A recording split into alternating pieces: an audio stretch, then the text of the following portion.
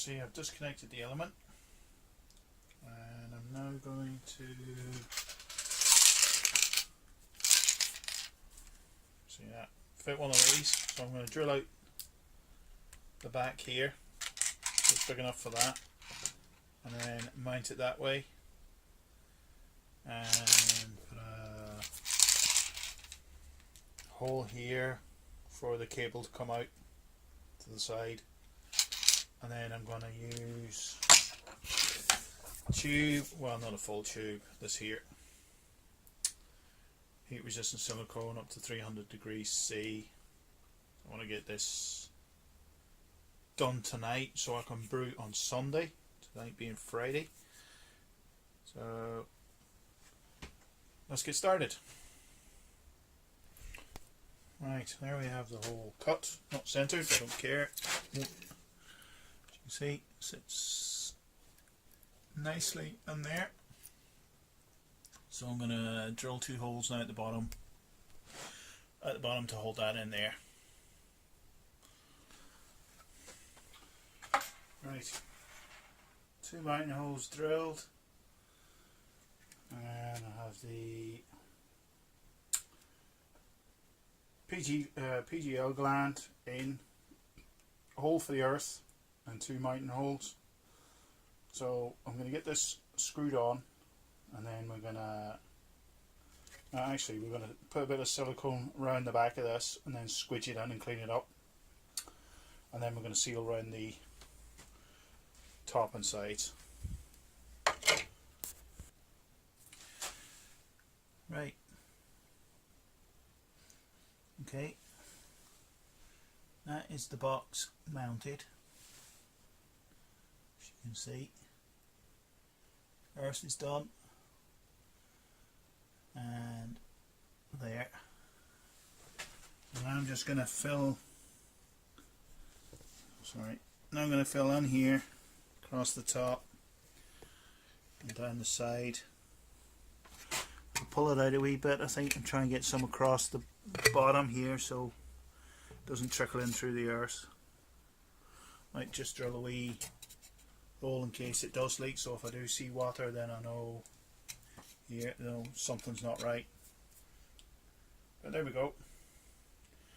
Just get it sealed up, buttoned up, and then we'll go back to what my problem was with the SSR sticking on. Well, there you go. Sealed around the top.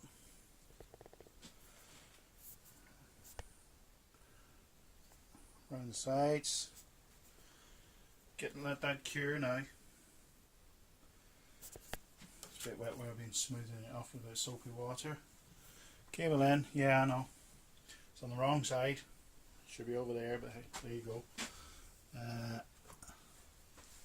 Now, on to what was wrong with the SSR.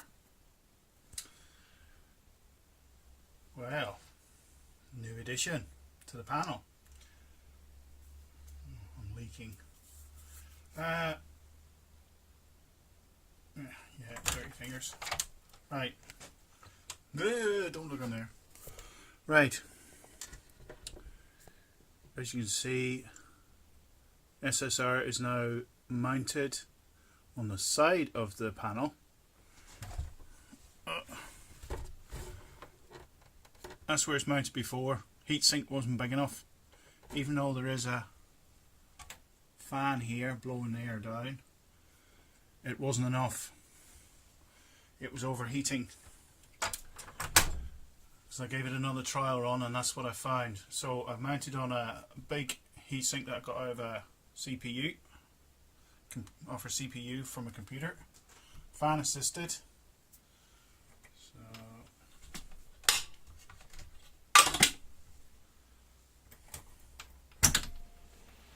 see, fan working.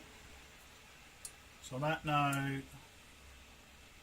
So I did another trial run, and that now allows the element to act as it should with the SSR. The SSR and the heatsink was getting red hot, and that's what was causing it to fail. So the SSR that I have up here, which is 40 amp. Oh, dizzy. That one there.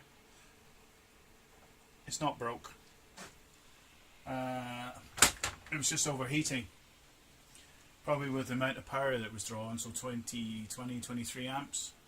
It's causing it to overheat the, I presume, the SSR. So once I put this on, I did a trial boil. It seemed to actually boil quicker. I don't know if that was just me, but it seemed to get up to boil a lot quicker right if I did have the lid on. But I do think I'm going to have to insulate the bottom and put some form of cladding around the boil pot. I'm thinking timber with a bit of insulation in behind it. Be a bit different.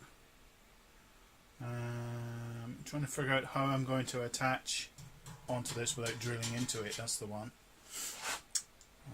Big Jubilee clip springs to mind.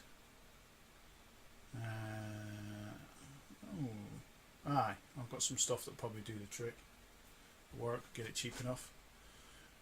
And then put some battens on, secure the battens with it, insulate, and timber clad. That would be a little project that I'll be kind of tempted to do. But we'll have to wait and see. So, that's the end of part 2. Hopefully, fingers crossed, it's fixed. We'll find out on Sunday because that's when I'm going to brew. I think I'm doing a double batch. So 40 litre, 220 litre batches. Could be interesting testing out the new electric boiler.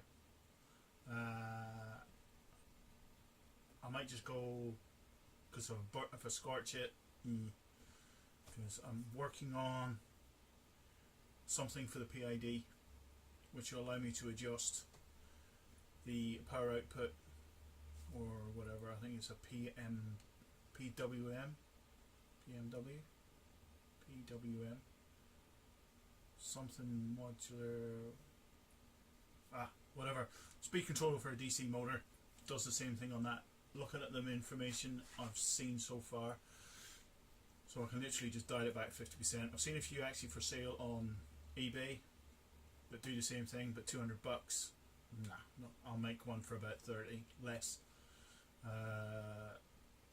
So I think I may have sussed how to adjust the power output for reducing on the boil. So instead of you reduce the fire rate or something, we'll see. So you can have 2 seconds on, 2 seconds off, and it just keeps doing that. I think I might have it sussed, but I'll have to do a bit more research.